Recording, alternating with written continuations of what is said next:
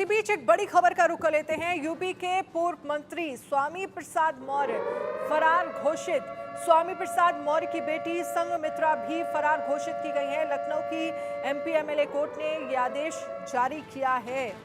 तो स्वामी प्रसाद मौर्य फरार घोषित किए गए हैं, साथ ही उनकी बेटी संघमित्रा मौर्य भी फरार घोषित की गई हैं। आपको याद होगा स्वामी प्रसाद मौर्य कुछ दिन पहले चुनाव से पहले आपने सुना होगा लगातार हिंदू विरोधी वो बयानबाजी करते हुए नजर आए, जिस पर बाकायदा समाजवादी पार्टी की तरफ से ये भी कहा गया कि ये पार्टी की तरफ से बयान नहीं है, ये अपना उनका निजी बयान है। और इस पर स्वामी प्रसाद मौर्य को बीजेपी की तरफ से खूब घेरा भी गया था। और अब जो खबर सामने आ रही है जिसमें स्वामी प्रसाद मौर्य की बेटी संघमित्रा भी फरार घोषित हुई हैं और साथ ही स्वामी प्रसाद मौर्य भी फरार घोषित हुए हैं। अभिषेक इस पर ज्यादा जानकारी के लिए हमारे साथ लाइव जुड़ गए हैं। अभिषेक, स्वामी प्रसाद मौर्य और साथ ही उनकी बेटी संघमित्रा मौर्य जो हैं दोनों फरार घोषित किए गए हैं। एमपी एमएलए कोर्ट ने यह आदेश जारी किया है।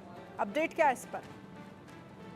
बिल्कुल, ये पहला मौका नहीं है जब स्वामी प्रसाद मौर्य इस तरह से कोर्ट के आदेशों के बाद भी कोर्ट में हाजिर नहीं हुए।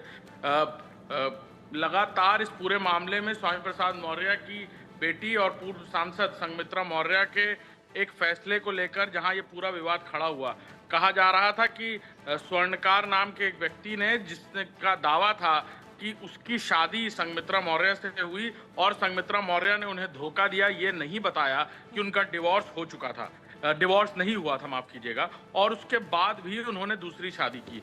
लिहाजा इन सारी बातों को छुपाने के चलते स्वर्णकार की तरफ से संघमित्रा मौर्य और स्वामी प्रसाद मौर्य जिन पर यह आरोप था कि उन्होंने कई बार उसे धमकी दिलवाई, मारने की कोशिश की, जान से मारने की धमकी दी, इस पूरे मामले में 156(3) के तहत कोर्ट में मुकदमा दर्ज किया गया और फिर लगातार कोर्ट इस पूरे मामले पर स्वामी प्रसाद मौर्य और उनकी बेटी से जवाब तलब करता रहा।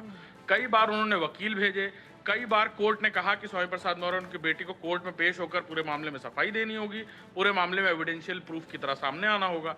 कई बार वो सामने नहीं आए और कई बार इस तरह कोर्ट के बुलाए जाने पर सामने ना आने के चलते अब कोर्ट ने एनबीडब्ल्यू वारंट जारी करने की बात कही इससे पहले, और अब कोर्ट ने इस पूरे मामले पर बड़ा एमपीएमएलए कोर्ट ने पीएमएलए कोर्ट ने इस पूरे मामले पर एक बड़ा फैसला लेते हुए स्वामी प्रसाद मौर्य और उनकी बेटी को भगवाड़ा यानी एब्सकॉन्डेड घोषित कर दिया। जी चलिए अभिषेक, आप हमारे साथ रहिएगा, आगे भी खबर पर आपसे अपडेट लेंगे। लेकिन